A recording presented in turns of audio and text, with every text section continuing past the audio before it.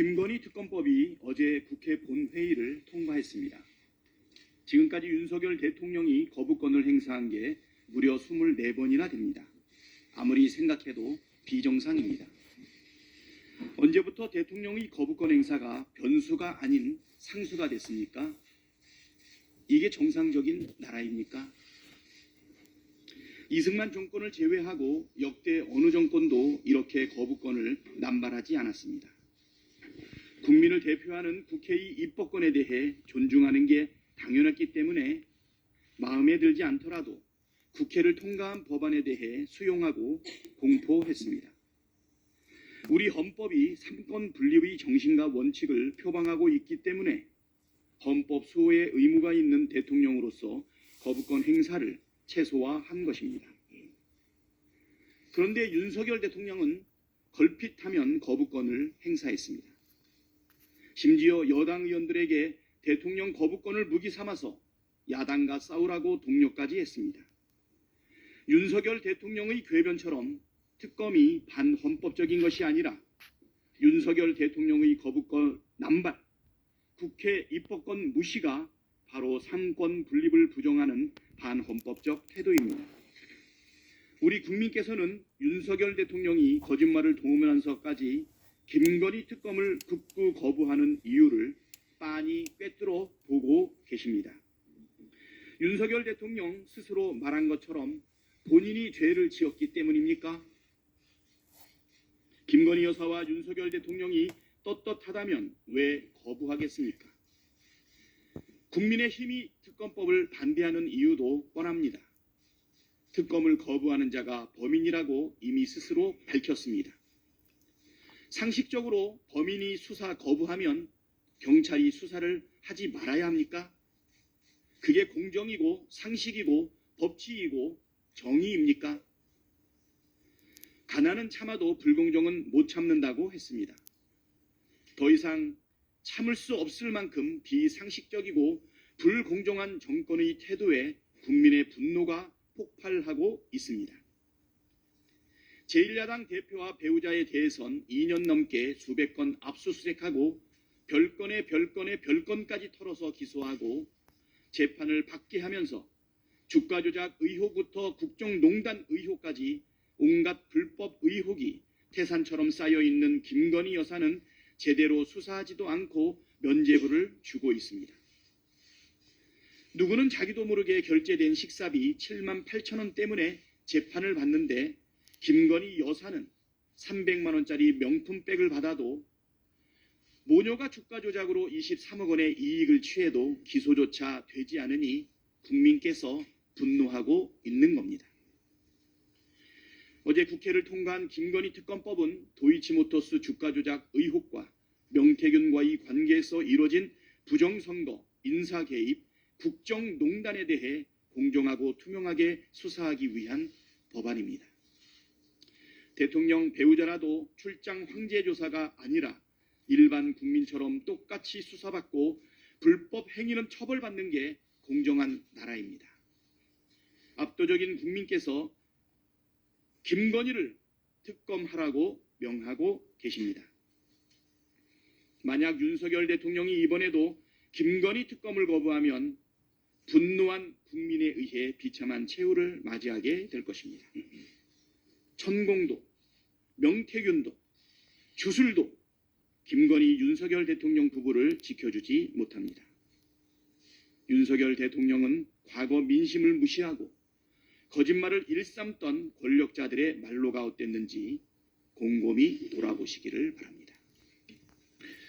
네, 지금 이현주 최고위원께서 잘 지적하셨는데 지금 저희 경제 상황판을 한번 보시면 실제로 심각합니다. 지금 환율 1,400원을 드디어 돌파했는데 이게 지금 외환위기 당시의 상황을 좀 걱정하게 만드는 상황입니다. 주가도 마찬가지로 2,400이 깨졌고 지금 코스닥도 아주 황당할 정도로 폭락하고 있습니다. 누가 그러는데 이게 퍼펙트 스톰이다 이렇게 얘기를 합니다. 주식시장이 반응하는 것은 표면에 보이는 것이고 실제로 대한민국 경제가 정말 심각한 상황에 처했습니다. 경제 정책도 없고 능력도 없습니다. 주식시장은 또 투명하지 못합니다. 불공정합니다. 주가 조작을 해도 처벌되지 않는다는 걸 온 세상에 전 세계에 몇 년 동안 계속 광고하고 있습니다. 거기다가 해괴한 기업 지배 구조 때문에 아까 두산 상황처럼 이 멀쩡한 우량주 장기 투자한다고 가지고 있었더니 어느 날 불량 잡주가 돼 있어요. 여기 누가 투자하겠습니까? 이런 주식시장의 근본적인 문제, 대한민국 경제의 심각한 상황을 우리가 직시해야 됩니다. 더불어민주당이 할 수 있는 것들을 해나가겠습니다.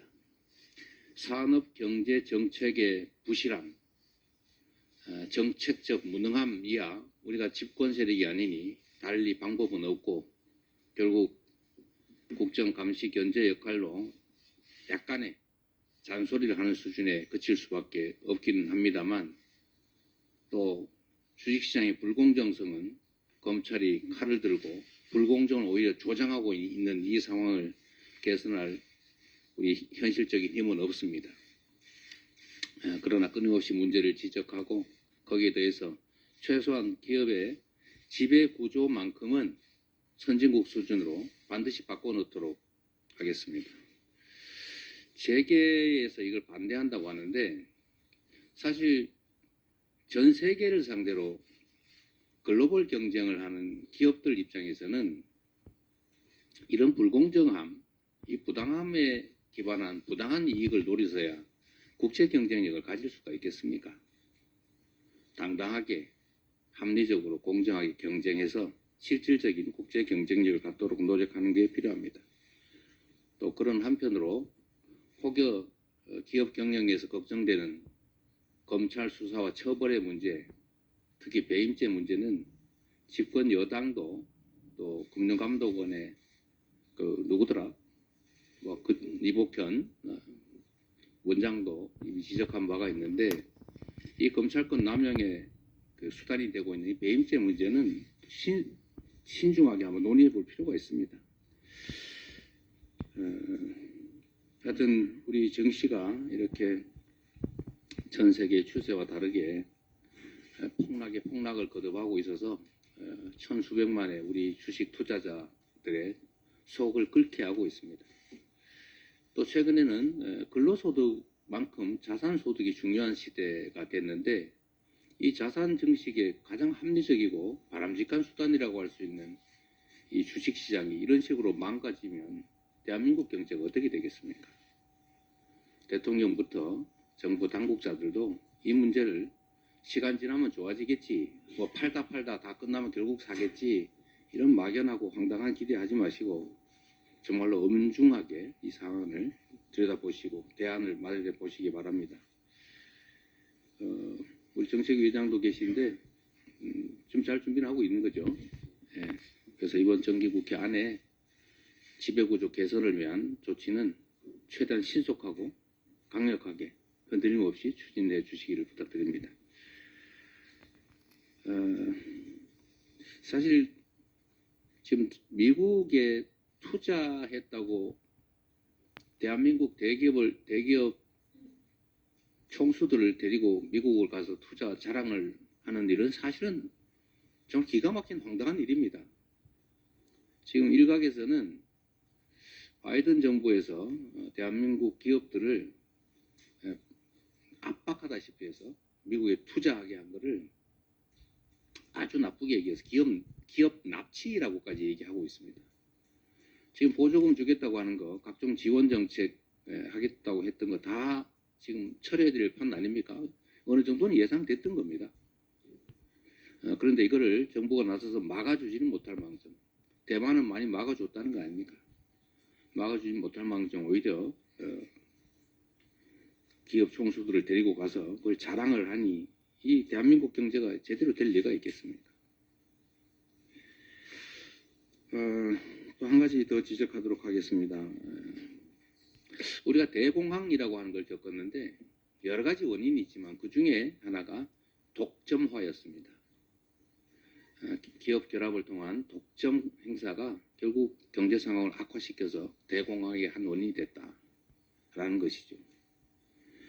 지금 일종의 플랫폼, 온라인 플랫폼 시장이 지금 독점을 향해 치닫고 있는 것 같습니다.